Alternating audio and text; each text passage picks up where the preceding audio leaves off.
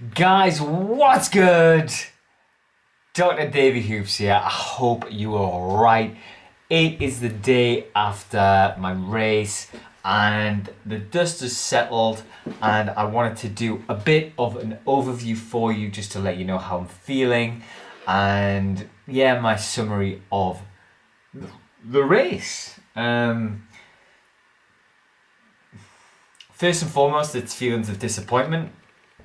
There was not an inch of me that thought I wouldn't finish this race. So if you haven't seen the videos yet, spoiler alert, I had to withdraw, and it is the craziest thing. I've looked back on the footage and it just went incredibly wrong so early and so quickly, and it's just so many things to learn from, so many things to kind of build into next time, and there's definitely going to be a next time. I've already kind of been looking at some options, but I have decided not to book them before talking to Laura and getting them signed off by the boss, obviously. And it's crazy, man, just reflecting on how amazing the prep's been, and just one decision initially ruined it, and that was the blisters. So I essentially bought some plasters that were blister proof plasters. I suffer from blisters. When I run, I quite often get little blisters, and nothing major. When I did my marathon, I got about one bad blister, and I didn't realize it was a blister. I ran and ran, and then it turned out it was a blister. When I finished, I realized it was a blister. So I'd had experiences with blisters in the past, and I was trying to preempt possible issues. I was trying to be proactive, and that absolutely, tortured my race. And I'm a big believer on taking ownership of when you mess up and when you fail. I believe in taking ownership of that. But for some plasters to give me blisters in the opening 2 or 3 miles of a 100-mile race, I don't really know what to say about that. It was terrifying, actually. I thought I was going to have to drop out after the first checkpoint, and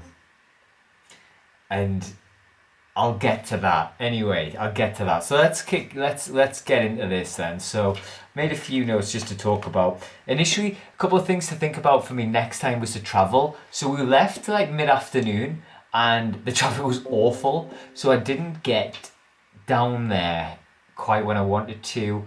I ended up eating my kind of pre-race meal around 8 p.m. I'd rather have had it about 6, half 6. So that was quite late for me. So that was the first thing for me, just to think about, planning travel. Again, these things are just from how we learn. The traffic getting to Chester was appalling. I think there was a couple of crashes and accidents, and it was nothing to do with Laura or myself at all. It was just busy traffic, and we were aiming to get there for 5:30. We ended up getting there for 7, I think, and then we got signed in at race headquarters, which were brilliant, by the way. Big shout out to GB Ultras. What an incredible job they do, and the whole team there. I think there's a team of volunteers. They were absolutely fantastic throughout this whole thing. So really, I'm so appreciative to them. They were fantastic. So we got signed in and then went to the hotel. There was some issues with our hotel room. They couldn't see our booking and all these sorts of things. Issues that aren't big issues when you've got loads of time, but when you're kind of looking at your watch thinking, I need to eat and go to bed because I'm running 100 miles tomorrow, it starts to become quite stressful. But we got that sorted quite quickly.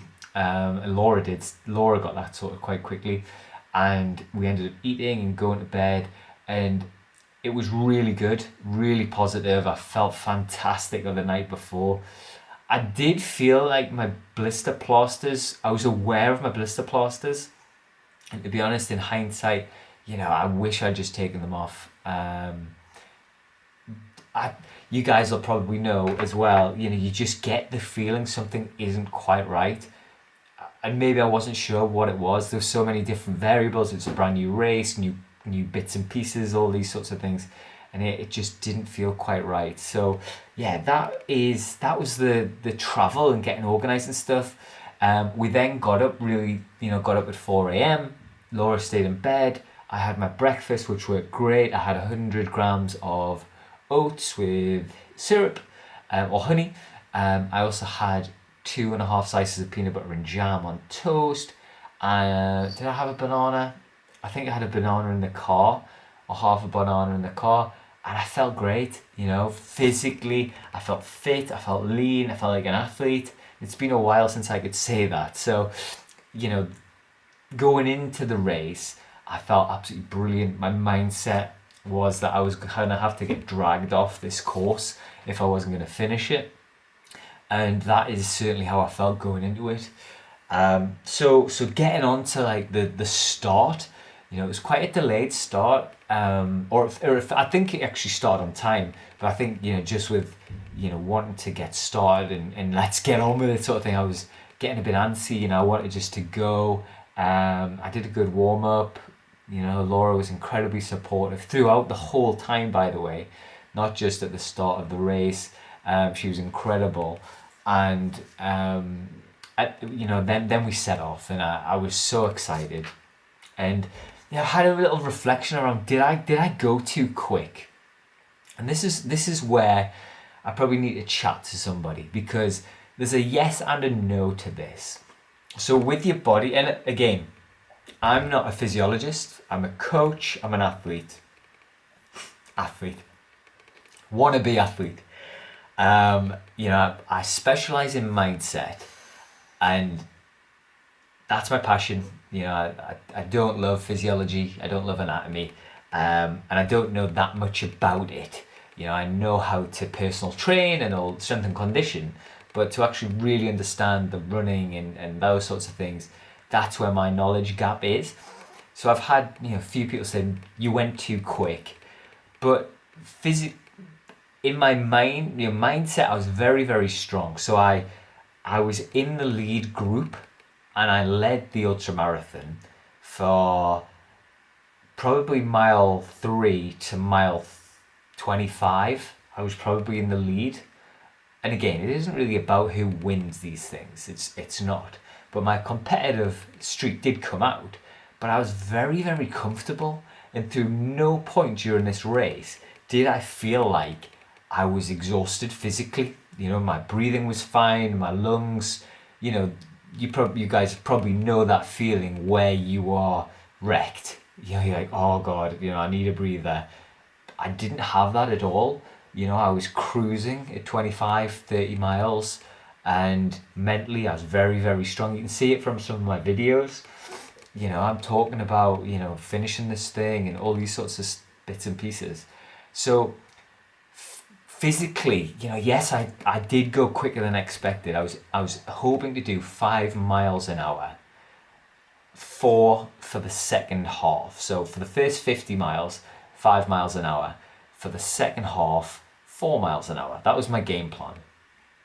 I ended up doing 7 miles an hour for the first 30 miles, which is quite quick. But again, physically I felt amazing. In terms of internally. Now, there's two parts to this. The first is when we get to the later stages, I'll talk about my body breaking down, which I'll need to kind of focus on. But the other part is the blisters. So like I mentioned, the blister plasters that I bought to preempt getting blisters set my feet on fire from the second or third mile. It was incredible, the burning sensation. I'm sure again you've probably had blisters, and I was really panicked that I would have to pull out in the first couple of miles because of these blisters. And there was a point between mile 20 and mile 30, where I felt a blister form. So if you imagine a water balloon, you're holding a water balloon and you squidge the water balloon and it pops out. That is exactly the feeling I got on my left big toe. I felt that blister form, and I decided to kind of carry on. But it was the craziest sensation, and I'm really actually quite proud of myself that I kept going even with such horrendous blisters. I ended up having 6 or 7 massive blisters, and at the checkpoint, checkpoint 4, I just whipped my socks and shoes off. I got my pin off my shorts that I'd attached my number to, and I just started jabbing at my own feet. And it was that kind of mindset of fight or flight. I was very willing to fight. So I popped them all, squeezed all the fluid out, Vaselined them up, put my shoes and socks and shoes on, and just tied my shoes as tight as possible to try and limit the sliding and the friction. And that helped, and and I was able to kind of carry on. But yeah, I just felt so hard done by, and angry actually that something so far out of my control had wrecked my feet. I'd run 30 miles a week or two, well, what was it, maybe 2 or 3 weeks before. No sign of blisters at all. I'd run a marathon a week or two before, a month before that. I got 1 blister that barely affected me. And to get 6 or 7 in the first 3 or 4 miles of a 100-mile ultra marathon, I mean, you have to laugh at that. There's not a great deal you can do about that.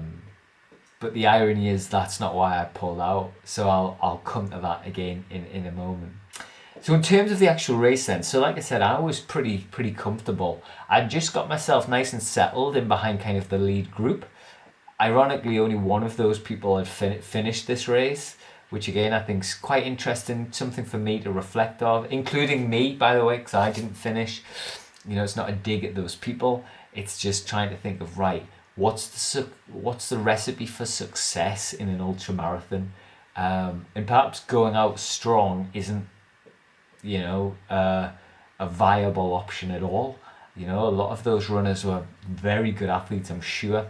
I didn't know any of them personally, but you could tell that they knew quite a bit. They knew what they were doing. They were more experienced than I was, and none of them finished bar one. So yeah, it's really an interesting kind of mindset challenge. In terms of mindset, felt great. In terms of cardiovascular, felt great. Body let me down. So yeah, it's a real challenge, and you can play it back and forward forever. But I don't want to get into my full reflections just yet. Let me get through these checkpoints. So I got to checkpoint 2. Quick swig of water, and then it was like straight off. Now this is the first learning curve. There is no rush out of the checkpoints. No matter if you want to finish first, if you just want to finish, whatever. You can take your time. A lot of us were in and out of a checkpoint in under a minute. There's no need. You could have a drink, you could have something to eat, you could stretch out. When you're doing a 100-mile marathon, it is about fueling yourself effectively, managing your body. So I could have been stretching there. I could have been taking on more food or whatever. It is about managing your body, and that's something to think about for the future. That's for sure. Checkpoint 2 to 3 was a nice one for me. I just ticked over, just sat in behind the group of 5. And it was quite a technical bit. I'm not certain if it was the town of Chester. I think it was actually kind of from Chester and then a bit of through the streets and things. And I really didn't have a clue where on earth I was going. So we went past the Chester race course, which was beautiful, and yeah, I really didn't know where I was going. So I was just kind of trying to stick with that group because I assumed they knew where they were going, and some of them did, thankfully. So we get to checkpoint 3. Again, it's very, very quick. People are in and are out and they're off as quick as they can. I take a little bit longer. I take my long top off, put it in my bag, go down to my t-shirt, get my sunglasses out. And, my feet at this point are causing me real problems. So it was about 14 miles in. But again, I don't really mention it on the YouTube video. But I'd got changed and started to carry on. Then, just got into enjoying the run. I really enjoyed checkpoint 3 to 3/4 of checkpoint 4. And let me tell you why. So I was miles behind actually that front group. I'd probably say at least 1 mile, possibly a mile and a half. And it was trails. So I got stuck into the trails and loved it. I really did just enjoy it. And I hunted that pack down. Now, again, that sounds like, I say that phrase, hunted that pack down. It wasn't about trying to get past those people. I was just enjoying my run. So if that was an opportunity for me just to slow down a little bit and just get into my own race, I think it was. That's possibly an error in my part. Did I push too hard? Again, I felt amazing. I felt great. I was flying. I was probably doing 8 to 9 minute miles. Things that really aren't important in an ultramarathon. But anyway, I got back into that front group, ended up leading that front group with one other person. And that's when it started to go wrong for me. So this, I would say, was about 20... no, it wasn't. It was about 18 or 18 miles. And I followed somebody who I thought knew where they were going. Turns out they didn't. And we'd gone at least 2 miles the wrong way. So we had to go another 2 miles kind of back. We missed a checkpoint. Again, had to kind of come back on ourselves. And when you're trying to do a 100+ mile marathon, the thought of having to redo miles you've already done is just mind-boggling. And my pain in my feet was excruciating. I hadn't popped any blisters by this point, and I was in a really quite a bad way. I'd gone from leading this race, really comfortable, loving the trails and enjoying the run, to being, going the wrong way for nearly 4 miles, having to come back on myself. And that was a real learning curve. So, managing my own directions is going to be something I prioritize next time. Throughout this ultramarathon, I followed different people because I wasn't confident enough to kind of, make a decision on, different turns and different, forwards or lefts or right. Having my own map on my phone or on my watch, is going to be a big priority because that cost me so much time. I ended up doing, I dropped out. My official dropout was around 51.5 miles, and I did at least 56 miles in total. So there's now 5 miles of extra running that I didn't need to do because of those mistakes and following other people. But I can't blame those people because I followed them. No one forced me to follow them. So that's another big learning curve. Me being in charge of my own map, my own, sat nav on my phone, and making sure I go the right way. We then get to checkpoint 4. So this is a big stretch. It was 20 miles to 30 miles, so 10 miles. And this is the part where I felt my blisters basically, not pop, but grow. And every step I took, it was like stepping on shards of glass. It was like running on a cheese grater. And I was going to stop and whip my socks off then, but I thought, no, I'll get Laura. We can look at it together and kind of make a decision if I'm going to carry on or not. So I get to checkpoint 4, which is the 30-mile mark, still 70+ miles to go. And I just start going to town on my feet. She's obviously quite worried. My blisters are like spurting everywhere, all over the floor and on my feet and all these sorts of things. and I just put as much Vaseline as I can on my feet to protect this. What else could I do? I didn't trust those plasters anymore, and they really did wreck my feet. So anyway, we start checkpoint 4, and we're gonna meet Laura again at checkpoint 6, but between then is 20 miles. So I've just popped my blisters, and yeah, I'm getting into my walking and stuff, and feel pretty good. So we have, what do we have? A 12-mile point, which is checkpoint 5, and then an 8-mile point, which is checkpoint 6. And that 12-mile point was just miles away. It was so far away. And it ended up taking 3.5 hours. So I don't know how quick I was going. Obviously not very quick, but it was well below the pace I was aiming for. And I was clearly being affected by my feet. And I'm not sure if that kind of, trying to keep weight off my toes, maybe overcompensating, affected the, groin, knee. I really don't know enough about it to say if that was the case. But I was really starting to kind of struggle with my legs and my feet at this point. I got into a bit of a rhythm. I got to checkpoint 5, which was 20. It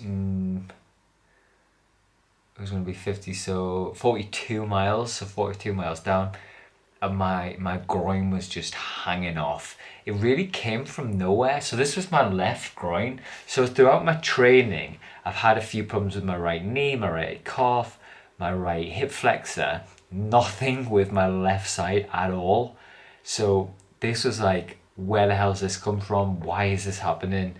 And you start to play that kind of game where it's like, you start to be a bit of a victim, and to be like, why is this happening to me? I've had horrendous blisters, and this random injuries come from nowhere. Anyway, I stretched it off. I was able to get to checkpoint 5. So this was 42 miles in. Now I just carried on, had some food, did a bit of a stretch at checkpoint 5, which helped a little bit, not much, but a little bit. I had a lot of paracetamol, a lot of ibuprofen, again, just to try and numb the pain. And yeah, then I kept on going. So this took me into kind of the 42 to 50 mile, kind of that 8-mile period.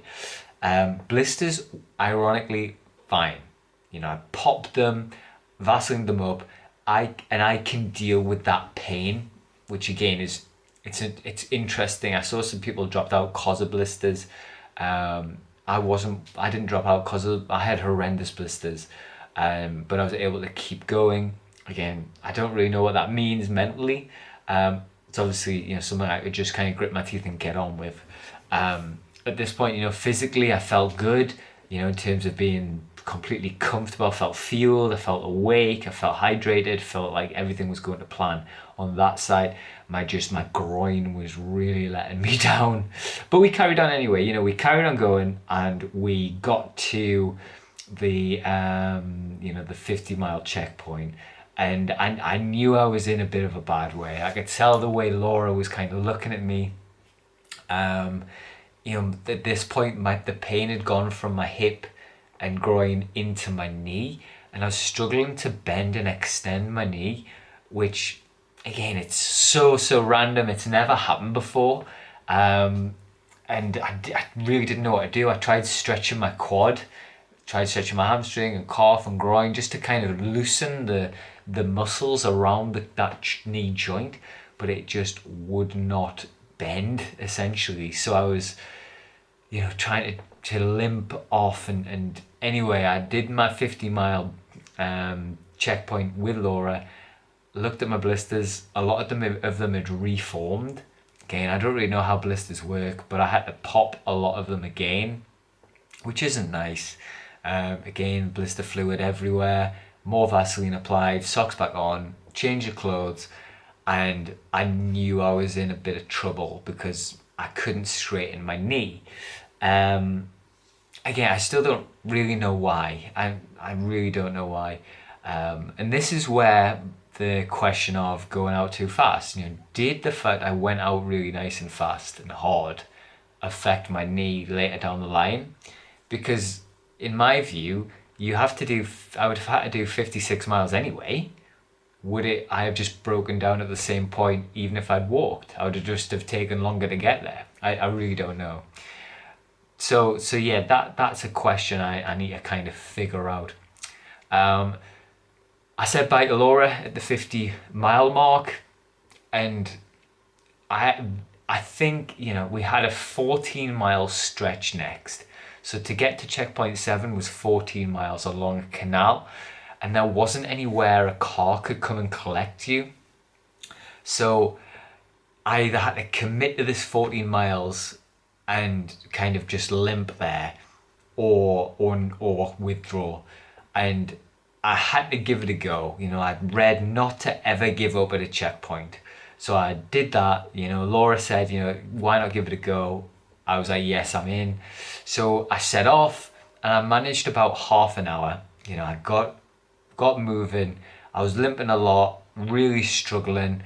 And I got to the point where I could see the canal, and it was like, right, what if I break down here? I could already not bend my knee. So I had to kind of make the decision to withdraw, and it absolutely broke me. Mentally, I was fresh in terms of physicalness, in terms of being, ready cardiovascularly. I was fresh. I had lots of miles left in the tank. Hydrated, well fed, energetic. But my groin and my knee just completely let me down, and it's so hard to be sitting here in front of you having to withdraw. But there comes a point where you have to question, why are you still doing this? After 56 miles, I doubled my mileage record. So before this race, I'd only ever done 28 miles. I did 56. The time was brilliant as well, very quick, and something I'm really quite pleased with. And it just makes me wonder, what if, of course. Hydration, spot on. Nutrition, excellent. Fitness and prep prior to this race, nailed it. And a freak blister accident, if you want to call it that, and my groin just randomly giving way after giving no inclination that it might give way before the race. I don't really know what to say, to be honest. It's incredibly disappointing. But we're looking forward now. So what's next? So 2 things are coming next. The first is I'm about to get in the best shape of my life. So Summer Shredding 2022 starts tomorrow. What day is it? It's Sunday. It starts on Tuesday, the 31st of May. And I've got 52 days to get in the best shape of my life. And then I'm going on holiday. And then when I come back, it's time to nail this 100-miler for good and for all. So I'm going to rebook and get organised for my next 100-mile attack. It's coming. It's coming. It's something. It's like an itch. Now that I've started to itch it, I've got to see this thing through. So this certainly isn't the last you will see of me running. I loved it. It was a brilliant day out. Kudos to GB Ultras and to everyone involved in getting the day set up. It was a brilliant event, and I promise I will be back to crush another event coming soon. So yeah, I really hope you've enjoyed the series. I hope you're interested in watching me do a full body transformation as well. Summer's coming, time to get in bathing suit shape. And then, of course, I'm going to crush this next ultramarathon in a few months' time, after my blisters have healed. Oh, on that note, I thought I would show you. I will just spin you round.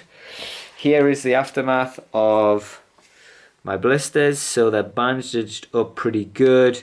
I've actually got blisters all across my toes, but these two are absolutely ripped apart. I've got strapping on my knee. I've had ice on it all day, and that is where we will leave this video. Thank you so much for watching. Please like, please subscribe. Let me know what you want to see in the comments, and I will see you in the next series. Take care.